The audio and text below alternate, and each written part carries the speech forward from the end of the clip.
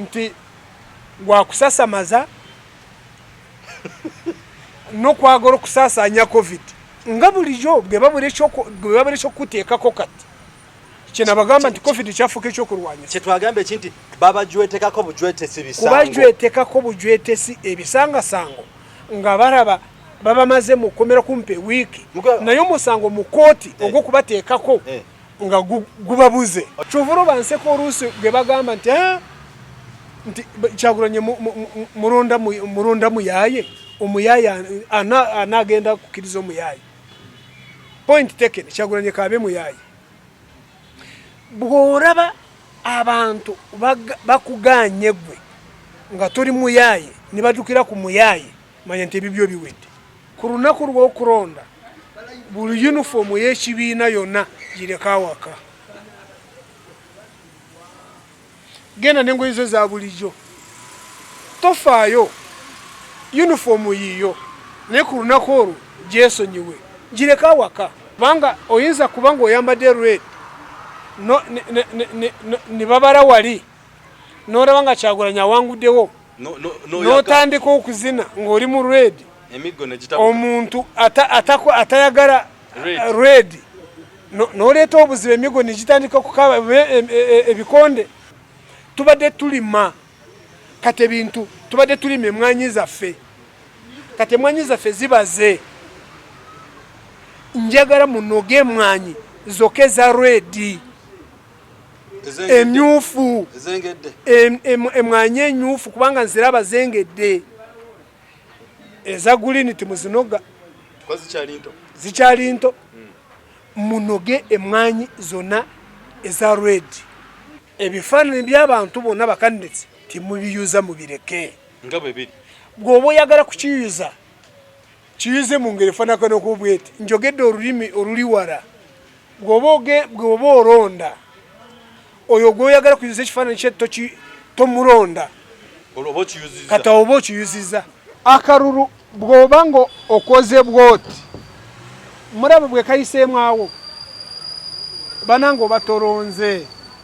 ako kabeera kafu kubanga kayise mu layini. In other words, kaba invalid vote, invalid tick. Yes. Kubanti no kayiseemu n'obwokola bwoti era obwanga wajja kusanga yakabox k'omuntu omulala ako nako kaba kafu bwakibagamba kafu oba otiikinze abantu babiri oba otiikinze ono kagenzeeyo so bijja kubasobera ekyo kabeera kafu wabula bw'okola bwoti mu butali bugenderevu accidentally when you are very excited maybe nogamba kayiseemu bwoti tomaraga kazinga n'okateekayo genda wali ejo gyekali bajja kuwakalala odemotikinge bulungi ani gwobuuza waya kaluka afudde mpa akalala wali returning officer wali returning officer wali ojja kugendawo wali ojja kusanga wendagiriro awo tiwali kubuzaabuza owekinkumu akabokisi era kajja kuba kamu tibubeera bubiri omuntu okoze otikinze okoze akayini toddamu n'oteekako kinko omugwe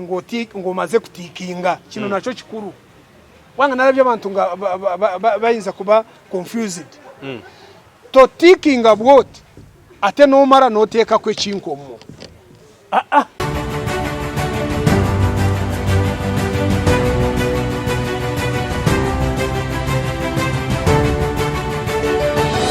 Okay, banaflas lechana Uganda tukomye nga butero basubiza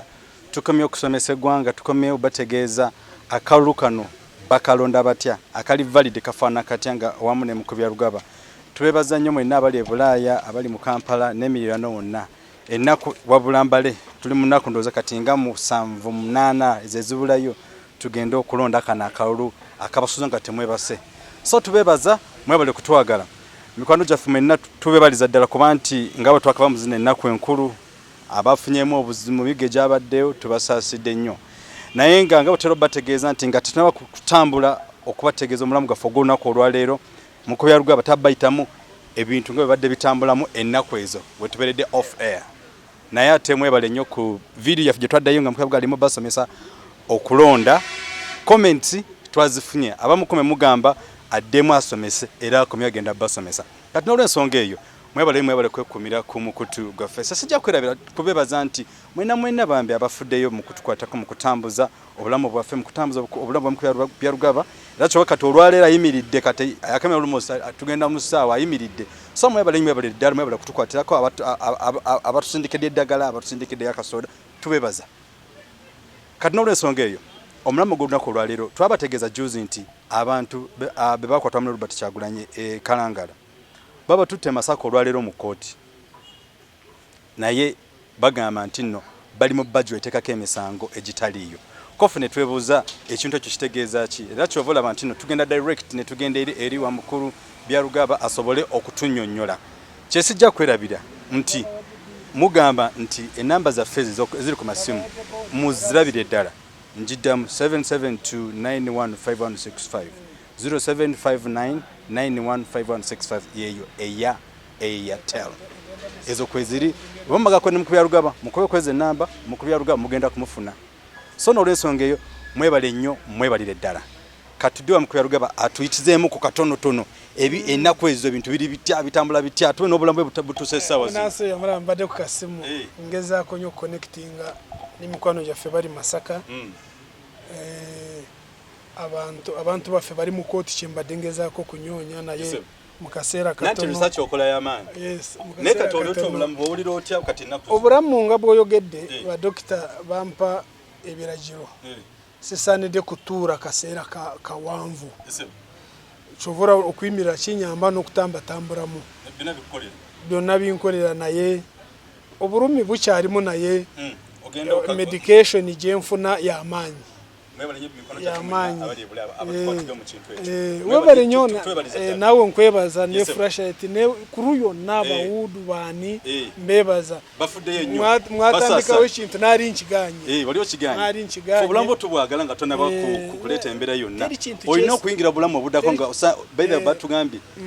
gavumenti empya eddako ekwetaaga obeere presidential advisor kuba nti nno ogezezaako bba wabula kujjako abantu abamu ebiseera bino bakolamu ensobi ne bagamba nti gondera gavumenti eriwo egyo oyagala ekusange ng'oli mulamu omulembe guno ekyo tekikyakola singa Museveni yagonderawo bote yalibadde pulezidenti muleke nga kutubuzabuza eyo zali ngero zammwe tetukyazaagala kati gavumenti gy'otayagala giwakanye ekinaabaawo kyonna kyekyo pulezidenti Museveni yagaana ebyawo bote yabigaana n'agamba bali babeeranga mu kalulu n'abagamba nti mukabe murabe ngenda mu nsiko kati Kyagulanyi yinza kwagala kuba kalulu nange kenyini mbagamba nti muba kalulu murabe kiri mu ssemateeka bw'obba kalulu eyo ebeera treason obadde okimanyiye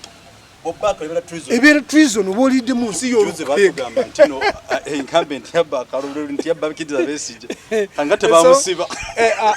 abatulaba tusoose kwegeyamu katono kandidate waffe Kyagulanyi tumutunze nnyo mu ggwanga n'ebweru abanansi bamutegedde era gyayita arambula bulambuzi nga faaza nze kusinziira nga bwe ndaba Kyagulanyi takyanyonya kalulu arambula ayita abantu abasinga obungi baagala bamulabe ku bulabe ate mwana wattu n'okusingira ddala mu Buganda abantu bano okumugaana nti temugenda mu disitulikiti 13 ezisinga obungi nga zifumbekedde wano mu Buganda mwali mutawanira bwereere yes tutuseewa bano abali abantu ba Bobi Wine batutte Masaka bebase abantu 95 batuseewa tukoze twabayamba soka tubogereko soka tugakwali abantu tudde mu kusomesa ensi akaluka nga bakana okulondebwa soka obotu updates bituseewa abantu updates bali mu kooti wenjogerera kati ba lawyers banu Kyagulanyi shovura omwana ono mugezi teri muntu wa nupu akwatibwa Kyagulanyi n'atamuweereza lawyer kintu kikulu nnyo kubanga abantu baffe abasinga obungi ababadde mu struggles zino abangi babadde bakwatiddwa ne bavundira mu komera nga tera ayamba bagamba bakiza Besigye bakyali mu komera ekyo sigenda kukigendamu naye ekyengezaako okugamba kifaananyi kirungi era eggwanga n'abantu abali mu struggle abasinga obungi abali mu struggle tibeesobora court charges tibazirina nezo kubeyimira tibazirina kati Kyagulanyi awo wayambira kizaamu amaanyi era abantu abatanakwatibwa in fact government kino kimanye mwongero kuwa Bobi Wine amayinja ye abantu bebwe bamwakwata abagobera mpaka n'abanunura mu biragiro n'abanunura no mu nsawo kubanga tibalina sente za kweyimirira ezo kubeyimirira ebibaddewo emabega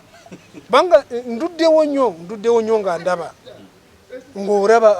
aliwo abaana be bakwata mu mulembe gwa Sebagala yasoma abasinga obungi batwala mu komera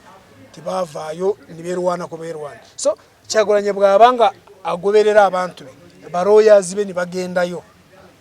nakwata n'omu nsawo akasente kano n'abawa nkukubira mu ngalo ekyo kyekisanidde okukolebwa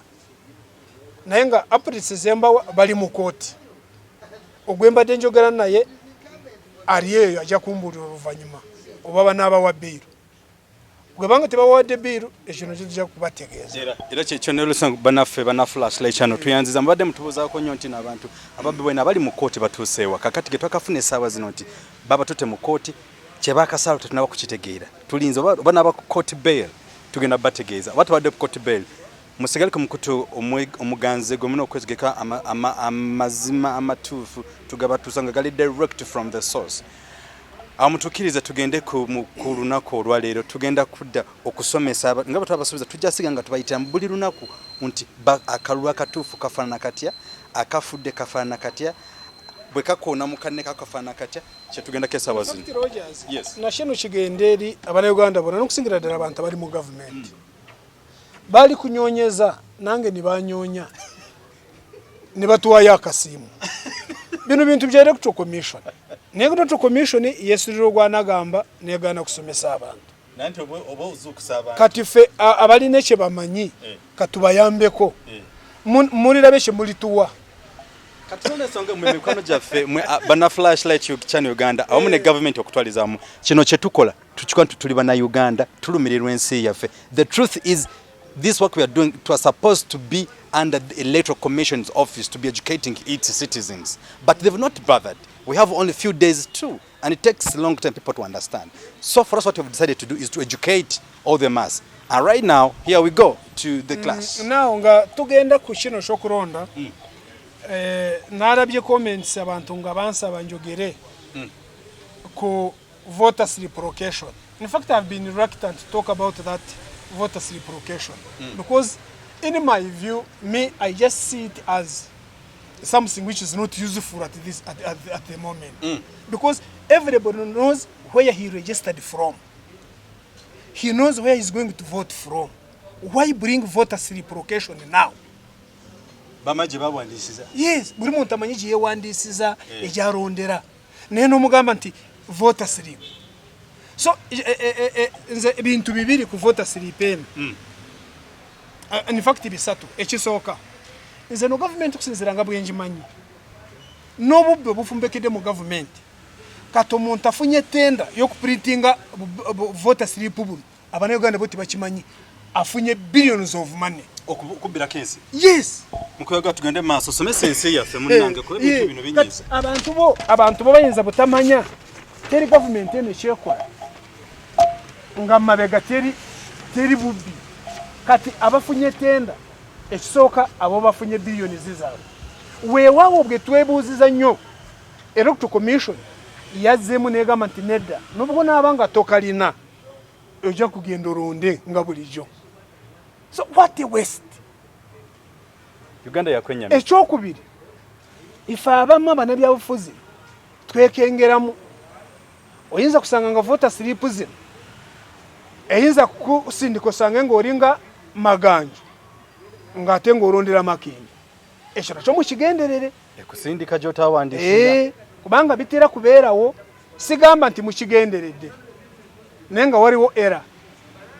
kata umuveyo munyonyora abantu nze okubanyonyera kwange bwokafuna nosanga kafuta dawara still kuruna kurwo kuronda gende yo waronderanga kwa mu register mu kubonga mu register muri wagenda niwekebera mukubya rugaba echo kusatu yes sir kiri political abantu bari ku commission munina kutugenderera ffe abagobera buli nsonga narabye chu yamanyi nga abantu bafuna bu voter slip bunuleka location nga babufuna nenga raini abantu bari abavude muri commission tibari na sanitizers tibari na masks n'abantu abafuna nga bayuwayo bweyu nga tibari na mask tibanabye na mungaro echo kirinyo ngabantu abatangira covid echo timwakiro wozako abantu tugenda baita esawo yona tugenda mu kuronda era iniberebwe mu batadi kuno kwaguru kurondo okurara kati echo kigasachi ndoza twali electoral commission ne tugisomesa ebintu bino obudenga buchali kubanda biradde abaganda batadi ogwanagamba nawo nga abantu bafe nokusingira ddala abawagizi bakyagura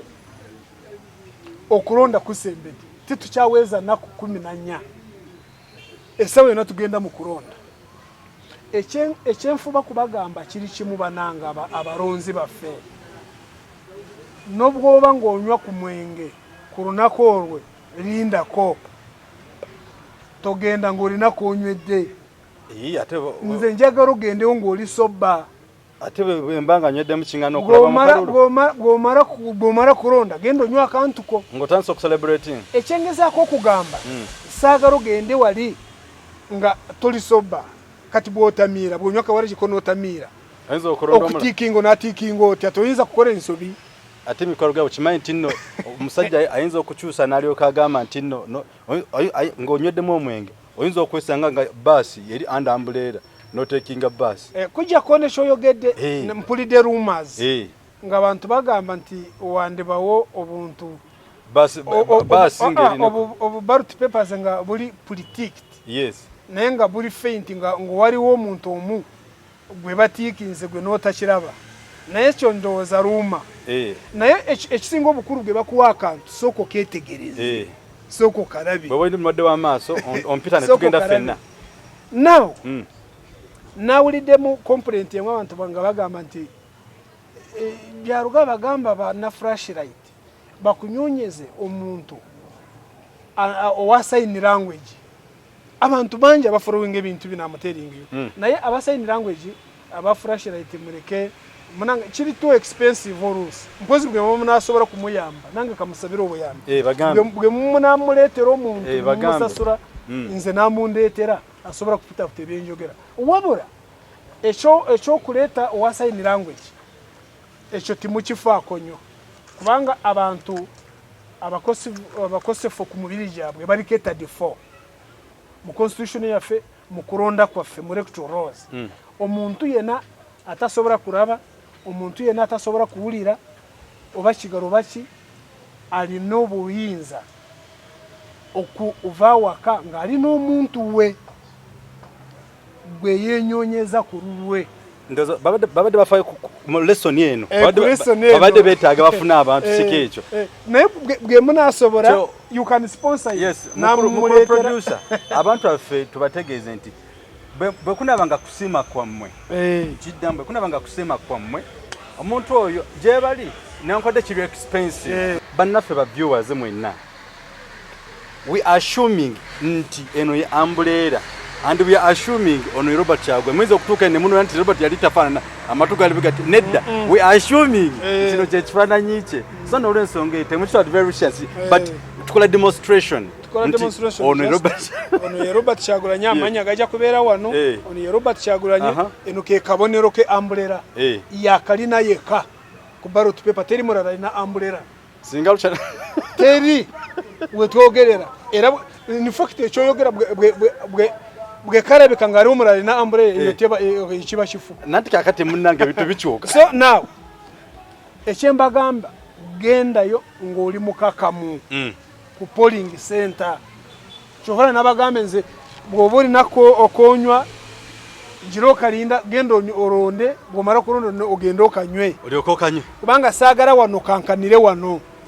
anzo kankana ne kayitamu kora bwoti nkwegayiridde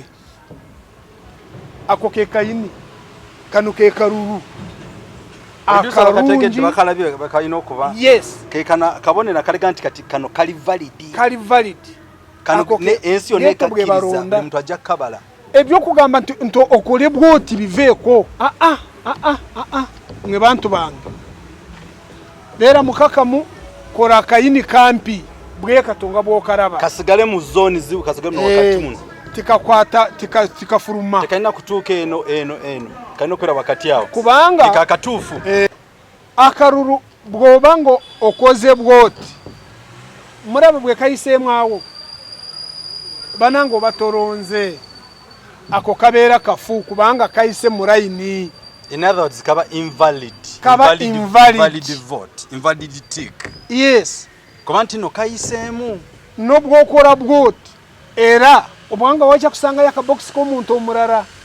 akona ko kaba kafu bwashi bagamba kafu obotikinze abantu babiri obotikinze ono kagenzeyo so bija kubasobera echo kabera kafu wabura bwokora bwoti mu butari bugenderevo accidentally when you are very excited maybe no gamba kaise mu bwoti tomaraga kazinga no katekayo genda wali ejoje kali baja kuwakarara odemotikinge burungi ani goinoko ani gobuza waya kaluka fudde mpakalala wali returning officer wali returning officer wali oja kugenda wali oja oja kusanga wendagiriro awo wote tiwali kubuzabuza endagiriro oja kugiraba oja kantoko okuronda bwo tikinze bwoti manto koze ensobi dayo bakuwakarara mu mateka wekibi kikirizibwa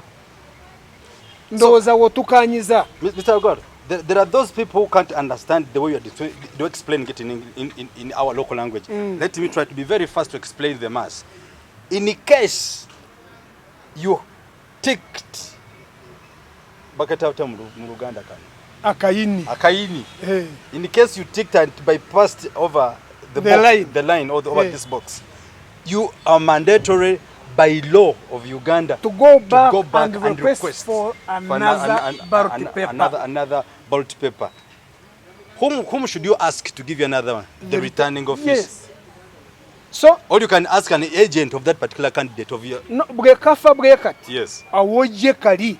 dayo. Tell them please kindly, I have made a mistake. May I please get another one? So it will be put among the spoiled votes. Yes. So ngabwo yogede. Yes. Aba agents bachaguranye obururu bwona mulina kubumanya. Yes. Kubanga kaja kubalibwa mu spoiled votes. Bwema mutalinga bujja kubayambako nga mukora accountability. Ballot papers zo nezize ku polling station awo. Ekire kyengeza ko kubagamba fubanyo omanye abaronzi abagenda kuronderawo enamba ojimanye kijja kuyamba bwe mumoro kuronda bwe muba mubara omanye nti abaronzi babadde bwe bati n'obururu badde bwe buti. Absolutely. Olemwe kubuzabuzibwa. Yes. Now tugende ku muntu ow'ekinkumu. So ow'ekinkumu akabox era kajja kuba kamu tibubeera bubiri. Omuntu okoze otikinzo okoze akayini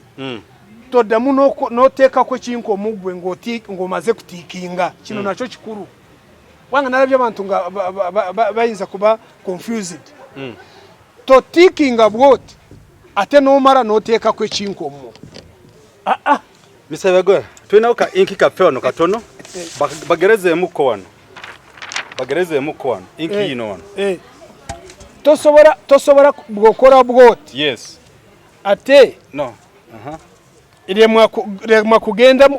umukinkumu ate nabwo n'okora mu bwoti. It will be also invalid. Kubanga amanyi kuwandika bamuwa karamu. Yes. Atamanyi kuwandika bamuwa ink akozese kinkumu kye. Yes. kati abantu barowoza nti nteka mu katiki ninzira mu nteka mu nekinkomo so in other words it should be only one sign either tick or thumbprint goba manyi kuwandika tick. So in other words, if you know how to write, you tick. If you can't write, use a thumb nail. So eyo inki je twogerako baje kujikuteekako oluvanyuma gwe ng'omaliriza nga ku lugalo ekitegeeza oleme kugenda kulondera awalala nga ngenda njinaabako safuna nefa ebeera konka ya mutawaana so ndowooza mukitegede banange gwoba omanyi kuwandiika tiiki yoka emara naye kino kyo kyangu kubanga tosobola kuddayo ne bakuwa gundi ne bakukiriza ekyo nobwe tukireka tiiki yoka naawe katugende ku bantu ab'ekinkomu ab'ekinkomu kiteeke makati wano wenyine wano kikwata n'okukwata mwana kino kifa mangu kakati balage. So in other words, if you can't write, if you can't use the pen and tick, use banange murabe, use a thumbprint. Awongomaze. This is the thumbprint. This is the thumbprint. Awongomaze. This is valid because it is in between the area. Makati. Yes. Makati. Kubanga in fact aba ink abasinga obungi obo bururu bwabwe tibufa nnyo kubanga oteeka makati si kyangu kubeera eno nga bagundi. So okateeka butesi wakati. Sometimes the people are very excited. Aja direct nagamba ta nekayitamu ko kaba kafunako balage olina kuteeka makati bw'okiteeka awo nekayitamu. It is also equivalent to the other one the other tick that which bypassed the box. So kanu kateeka wanu makati nga omulimo ogumaze olwo omuwerekedde mu ntebe wa oba omuwerekedde entebe mu ntebe entebe mu ntebe. Now ab'ekinkomo kino mukimanye ab'ekinkomo bw'oba ozinga akapapula kano mugenderere. Mr. Producer tries to mugenderere kabarot paper kajja kubeera bwe kati almost this is a dummy kajja kubeera bwe kati okazinga mu buwanvu bwoti tokora bwoti kazinge bwoti mu buwanvu bwoti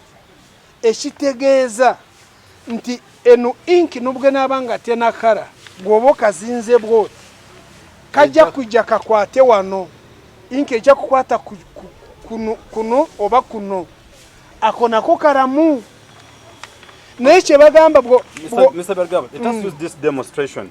Now Mr. Bergaba, what you want to demonstrate is that in case you used your thumbprint no jiteka kobot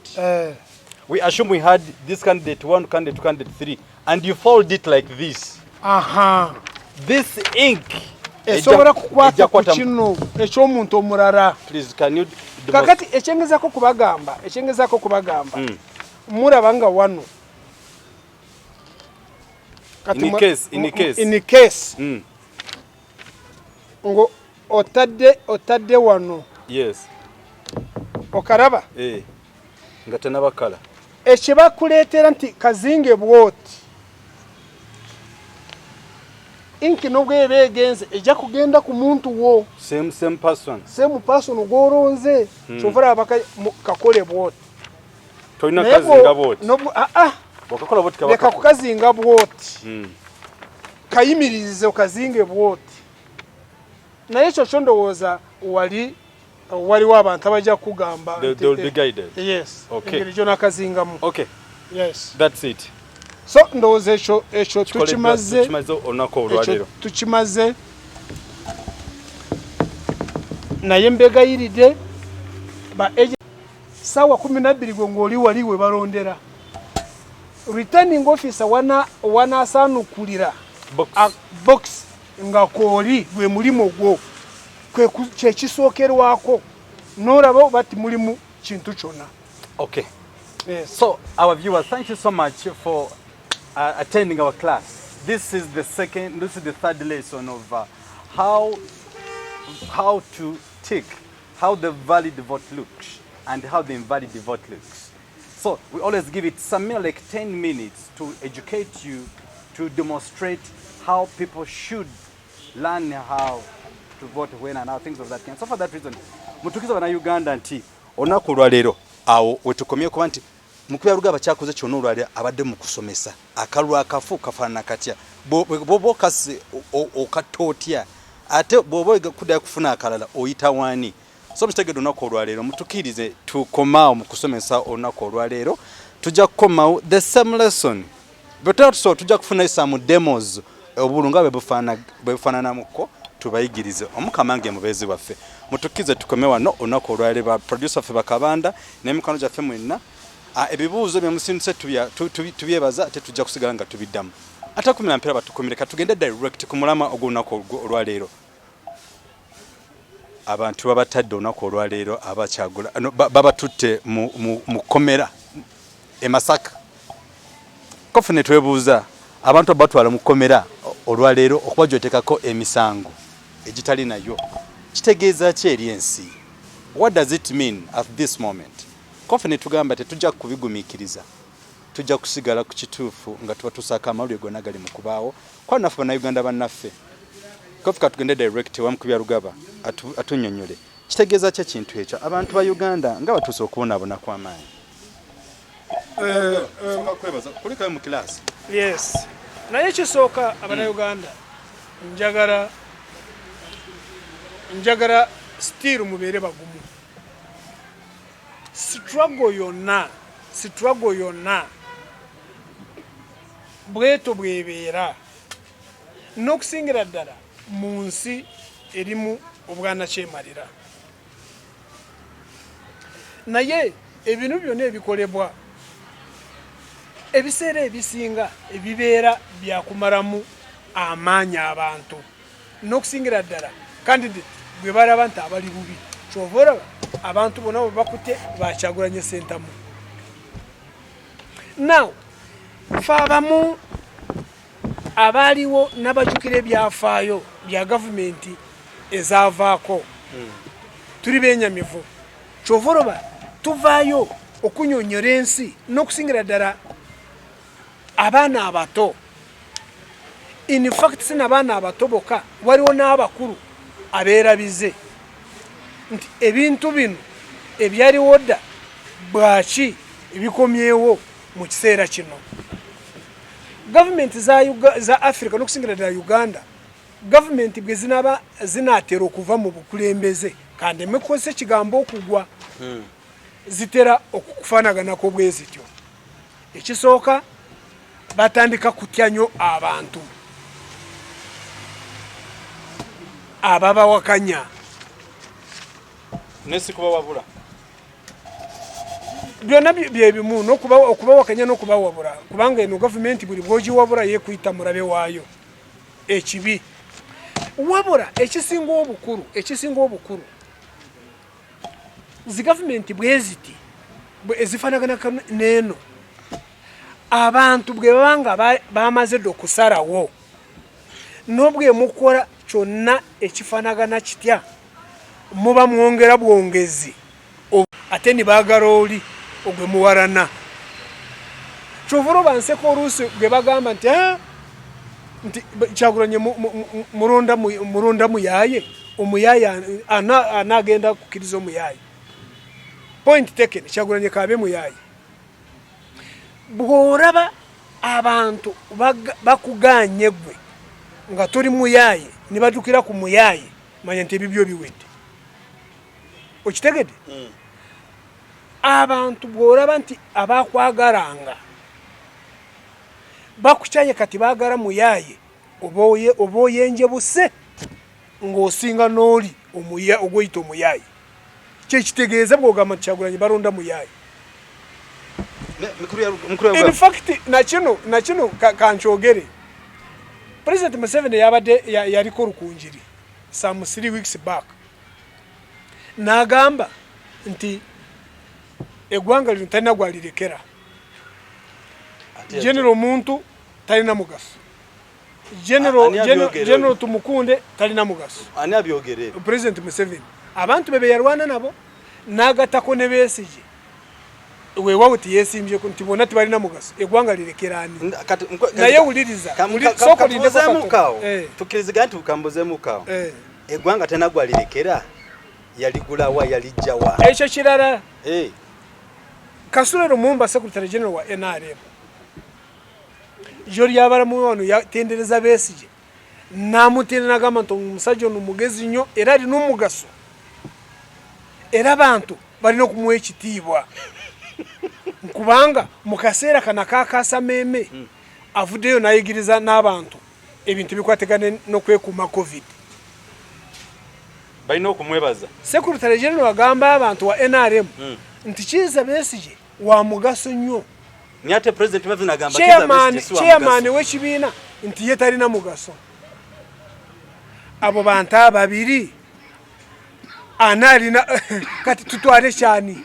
tutwale cha Lumumba tutwale cha president Museveni kati nga kikutegeeza nti ne Lumumba abadde kuba kya mukama we nga mugamba nti tomanyi kano kiza besije wa mugaso nnyo tukidangamu anga ategeeza president Museveni yes bebamwe abadde amutegeeza ayinza kwanga atakimanye kyayogedde ebyobufuzi bizibu oyinza kwogera ekintu n'otamanya ekyo kitegeeza oba ebinaavaamu ekyo bitegeeza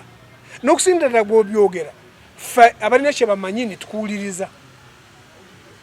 Lumumba ategeeza Museveni nti kyewogera olukunjiri temuli era todangamu Lumumba ye secretary general wa NRM owulira etwalwa president Museveni now kuky'abantu ba Bobi Wine banange narabye ekiri mu kooti e Masaka waliwo muwala gwe narabye nga talina nagayimirira nga kitegeeza she's tortured, she's too much tortured both psychologically and physically nga talina nagayimirira nga bamuwujja now bwe twali wanululi spokesperson wa police abantu abo in fact omwogezi wa CID bamuyita twine imumanyi yagamba nti abantu bakyagulanya abakwatibwa abamu bagenda kuwagula ko emisango gya terrorism na treason oraba naye ndowooza abantu bano ndowooza tubebazeeko kubanga batuwuliriza bwe n'abagambye nti banange musobola otakutwala abantu bakyagulanya bye yalinabo nimubagamba nti they are terrorists abamu mugenda kubagula ko ogwokulya mu nsi yabwe olukwe ate principal wabwe yo nimumuleka n'atambula kitegeeza kati bwe bakitegedde baguddeko nti gwakusasamaza n'okwagala okusaasanya covid nga bulijjo bwe babula ekyokuteekako kati kina bagamba nti covid kyafuuka ekyokulwanya kyetwagambe kinti babajwetekako bujwetesi bisango kubajwetekako bujwetesi ebisangasango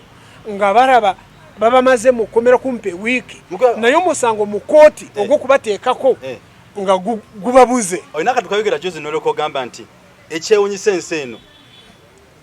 twakyo example Koni chief in command owabayekera bamukutte n'abayekera be ne bagamba nti gwe genda mu bibyo bano ate tubaguddeko misango chief in command bamugambe genda okola ebibyo naye abantu wabayekera nze ndi musanyufu ebintu byenjogera bangi ababiwuliriza ne babiyigirako kati obo poliisi yabiwuliriza ebyo byonna trumped up charges ezifana weewawona zino nabyo tibirina mugaso n'ebiri babirese kubanga biri baba babirese nga baagala oluusi okudinayinga biiru ne Bible yagamba nti naina amatwawulire so naye ekyo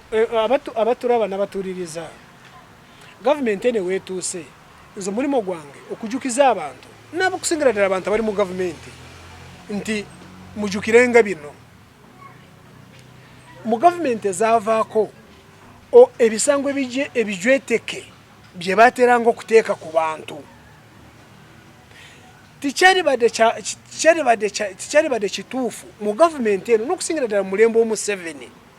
namwe okutandika okujwetajweteka kw'abantu ebisangasango ebitaliimu mu biseera bya Obote eno nayo true story mu biseera bya Obote wari umwana gwe twasomanga naye gwe twaberanga mu ruhumura ye yagendanga okusubura ebijanjaro ngage abisubire kabuyanda kakati waberanga road blocks z'abasirikale ba Obote omulimo gwabwo ogusinga obukuru waberanga okujja ku bantu sente bribes just oyisawo zaberanga diruyo no wakanto kintu kidogo naye baraba omwana bwe yayisawo yali nebijanja ngari bari na role bwe batuka ku road block abayasi bwe bayimirira abayasi ni batandika kuba checkinga nayo wari mu mujyaso umuntu abagamba nti mwe bantu mwe ngambekengede bwe tunaba checkinga ntubasanga ngo muntu abamumuline mundu bamasasi tubakole ki oniwe vayo mwana munagamba nta tugwe munasanga bitumira mututte kakati omwana yeti yamanya nti mukuchekinga waliwe kintu kibayinza kuteeka yara yambade jacket nti waliwe kibayinza kusuramu ne bagamba nti kiche nga si kiche bwe bali bachekinga omujyaso omu mu nsawo ye ya jacket yareka mwe sasi omwana yanyumize yali tarabanga ko sasi naye omubwe yarirekamu natiro muno kuliso aja checking oli ye namuleka olibwe yaja na checking omwana nasanga kinu kichi najja mwe sasi nga bijweteke wagambye nti bwe tusanga musasi tukute ntaha omwana yali kumpi kufeintinga naye bane nibategeera nti bamujweteka ebintu bitalimu bagala bwagazi sente nibesonda bwesonzi sente zibali bagala nibazibawa nibasigaze kisasi kyabo ekyo ekindeteza ekintu kifanagana ko bwekityo government yonna bwetuuka okwagala ojweteka ebisangasanga okuba nansi nga bwe mwakola Kyagulanyi mu Arua mwe mulowooza Bannayuganda basobola kwerabira nga Kyagulanyi mumukutte ni mumukuba ni mwagala kumutirayo omukama mu ekyumuro ky'emirembe omusajja wananyine hoteli Kyagulanyi mwe yarasuze kubanga bamwewuubako nga bamugamba akirize nti Kyagulanyi yaline mundu n'agamba tisobola kukiriza yali tazirina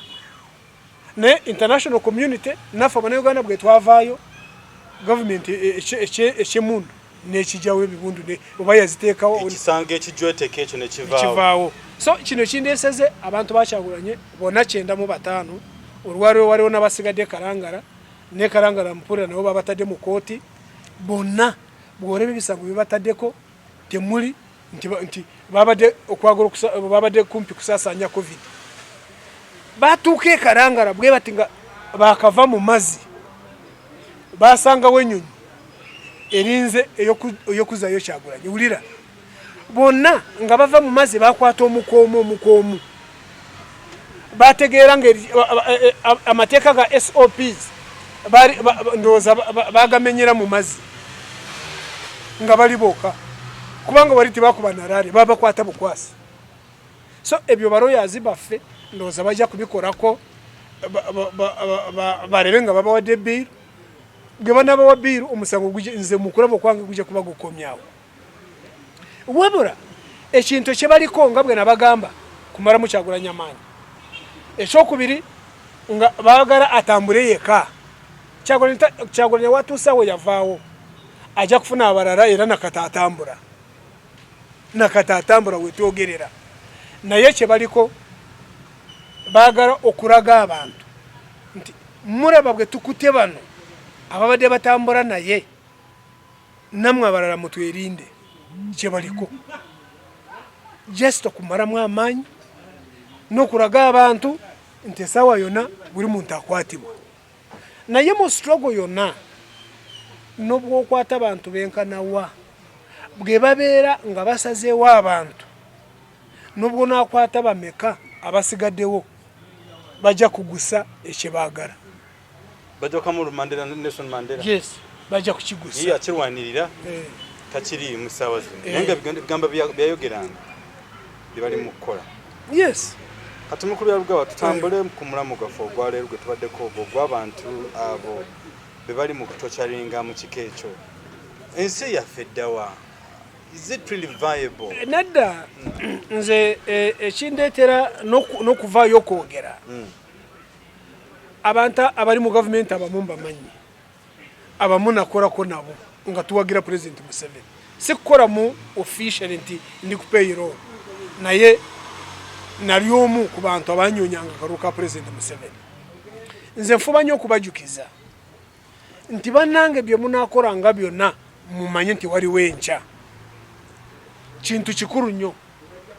mulekenga kutuka mu buyinza nimwerebera nti wali wenca enkeera bajja kubabuuza nti ono wamutulugunya wali kuki president Museveni nga awangura mu 86 yateekawo akakiiko ka Human Rights Commission akakiiko akokunyonyereza abantu abatoboora eddembe ly'abantu teri yamanya teri yaramanyi nti president Museveni yanditeekawo akakiiko akafaanaganako bwe kati imwe mukore ebikolobero ebyo abantu bali kodinga si mu bitabo byoka no mu mitwe byabwe no mu mitima government bwe ricuka mu kakiiko muligendamu buli muntu ayenyonyereko se kinoomu wakuranga kino awo guri genda simanyi ekimulikora oluvanyuma wa government eno okucuka kyovora babwerusi bwe tubagamba nga mugamba nta mutandise kutugamba nti bwe tunava mu buyinza turagawa katulemeremu nedda ne obote yasara amagezi nayagala kulemeramu naye tikyasoboka amini yasara amagezi nga yagala kulemeramu tikyasoboka abantu bagaana so nze abantu bali mu bukulembeze mufube nnyo ebintu bye mukora mu mayinti bwe mubanga timuli mu buyinza namwe gwe bali bikora timugenda kufaayo kakata again mukubya rugaba kwecho mukulonda esawa zino tukuyinda wabula inaku ntono nnyo tudde mukulonda bana Uganda tulimo basomesa ku byokulonda twafunyeko comments banafenga bagamba kizibu nnyo abamu kwabo bayinza okutya okubera mu Kampala mukulonda bali bamukutisiba nedda okugenda kubera kitakuba muna Uganda yenna bedawe nga tunagenda kwecho okimanyi nti there are people nga America abangereza bwayigana gamatina I'm a British person obandi I'm an American his or her life matters elsewhere in the world naife wano bana Uganda batusa ku level erowoza being a Ugandan does not matter tusaza magazi ki bana Uganda okomya out that love of the nation that feeling that I'm a Ugandan I'm proud of Uganda even you guys people who are in the diaspora Uganda chose you so you can't avoid being a Ugandan how ready and how proud are you being a Ugandan does your life matter being a Ugandan why am I bringing in this bano banafa balowoza they own Uganda and there are those in actually they're not even Ugandans abali mkutochaninga bana Uganda do you have that mentality that at one time this government can inzo kutandika okutambuza omuntu okutaka koya kakati ekisooka nze kyensaba bana Uganda okubeera bakakamu timusosonkereza abe byokwerinda abe bagenda okuyiwa mu kibuga ngokulonda kutuuse timubatya mugende bugenzi murunde weewawo deployment n'abasirikale bano bakyusa na deployment gye bagenda okukora prior to the election day yegenda okutiisa abantu n'abamu sinakindi badduka abamu bagende mu byalo ekyo regime yegenda okukikola naye agomaje ge muraba kyone kye balina musorogo kyone kye balina muleke kubatya wabula timubasosonkereza muleke kubatya mubere bakakamu musigare mu Kampala musigare mu Wakiso yamwe mulinde muronde so baleme kutisibwa baleme okutisatisibwa kujja kubeerawo so baleme kugenda nemwe timukirizibwa kutisatisibwa basigare mu Kampala musigare mu Kampala nkimaya abamu bajja kutya abamu owuliranga bagamba why tugule mmere obudde bukyali nze mukulaba okwange teri lutalo nati gwe bya katonda okuronda rubera rutaro nati gwe bya katonda lwacho teekamu omuntu ekirowoozo ky'okusooka kugula emmere alyoka ronde ani akirese ng'omuna Uganda ogamba waleeta emirembe ye ekirala mwagamba mwaleeta otoro kati ate mwagala bareme kutwebaka mu Kampala baleeta emirembe muleke kutiisatiisa abaana Uganda muleke abantu baronde ogwe naakubwa akalulu agenda yeebake anaakawangula agende mu State House ekyo kye twarwanirira kyokka tetwaganira kintu kisukaawo okuronda kyekitegeeza buli muntu alina eddembe okuronda omuntu gw'ayagala kyova mbalabula n'omuntu gw'otayagala ng'olaba ekifaananyi kye ku kkubo ekyo kiri genero kiyiteko oyuza kyaki kiyite ng'ayita ku ssabo bw'olaba ekya Museveni gw'otayagala oyuza kyaki mu mateeka bajja kukusiba tukufiirwe so for that reason bw'ona yuza ekyakyagulanye bajja kukwata naye simanya naakusiba kubanga ebyakyagulanye babiyuza kyere ng'oluusi poliisi eraba labura ebifaananyi by'abantu bonna bakandidate timubiyuza mubireke nga bwe biri bw'oba oyagala kukiyuza kiyuze mu ngeri efaanagana okubweti njogedde olulimi oluli wala bw'oba oronda oyo gw'oyagala kuyuza ekifaananyi kye tomulonda kata oba okiyuziza mukiyuze mu ngeri efaanaganako obweti tomulonda nekireke kukiyuza physically no tujja kufiirwa so okutiisatiisa kujja kubeerawo mu Uganda yaffe nga mugimanyi naye mugume tufe turonde n'eddembe turonde mu mirembe si kiwa nti abasirikale bayinza kuweebuuka ne batandika kuba abantu timugenda kulonda ekyo si kisuubira n'obwo balaba nga balina zikajegere oba zimamba ziyitemu genda olonde omuntu gw'oyagala nze nganze byalugaba ngamba nti genda olonde Kyagulanyi Sentamu Robert ye kandidati wange abalala nze saagala kumanya genda olonde Kyagulanyi ronda mu mirembe kuuma akaluluko beera warako newe barondera mitazi nga 2 nga bwe baragira babara akalulu bwe bamala kubara akalulu genda waka kasitaba agency baffe bajja kubeerawo nga results bamaze dda okuzifuna ekyo kyo kisinga obuto gega amagezi bamala okulonda genda waka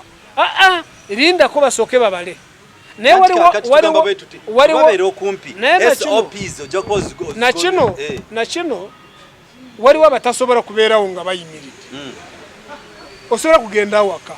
naye waliwo abatajja kusobola kugenda nga tanamanya kiki ekivuddewo alondedde mu mateeka gakikiriza mitazi nga 2 we balondedde kyekisinga obukulu ekyo nakyo abasobola mubeerewo kwe kukuuma akalulu kubanga muba mukuumye nabali ba agency bammwe baleke kubakola ekyo batatasaanira okubakola babuulire era kukola olunaku olw'okulonda baleeti oba oli muwagizi wa Kyagulanyi girekeeyo ekyo nakyo kikulu kuba kankubulire oyinza okugenda ne baleeti yo oyamba liko oli muntu wa Bobi Wine save your future save your life live it vote inside your heart kino tekikwata ku bantu abaagala red beret simoka kino kambayambire ddala bayambe ku lunaku lw'okulonda buli uniform y'ekibiina yonna gireka awaka genda n'engoye zo za bulijjo tofaayo uniform yiyo naye ku lunaku olwo gyesonyiwe gireka awaka kubanga abantu abamu oyinza kubasonsookereza ng'oyambadde red oba ng'oyambadde yero namwe abayero kambabuulire oba ng'oyambadde ebya anti oba buru mubireke eyo lwaki mbagamba mubireke eyo in fact nakyo kiyinza kubayambako obutabagamba nti musosonkereza ab'ebyokwerinda kubanga oyinza kuba ng'oyambadde red ne babala wali n'olaba nga Kyagulanyi awanguddewo n'otandika okuzina ng'oli mu red emigo ne gitabuka omuntu atayagala red no leto obuzibe emigo ne gitandika kukaba ebikonde. So it is very advisable to leave your uniform at home, go in your casual way, vote, be politely, be polite, be calm, be cool. Bwomara kuronda bwobanga tosobora kubeera wali mu meters 2 nubwo wedirayo waka kubanga nkimanyi wali wabaja kusigalawo wali bwobanga tosobora wedirayo waka results zijja kusangawo period. Wabula kino kikwata kuba agents bachagulanye mubeereke yafuruba nange nkidamu bananga munatusonyiwa abaturaba programu zaffe ensangi zino zikyuse twetololera nnyo mu kintu ky'okulonda kubanga kyekisigaddeyo ate nga kikulu nnyo. Ebyo tubadde tukula emabega byonna kati tuli mu kukungura kuno kumpi kwe kukungura. Ebyo tubadde twogera byonna kati tubigatta wamu ebikola kimu kulonda. Tubadde tulima kati ebintu tubadde tulima emwanyi zaffe kati emwanyi zaffe zibaze. Njagala munoge emwanyi zoke za red emyufu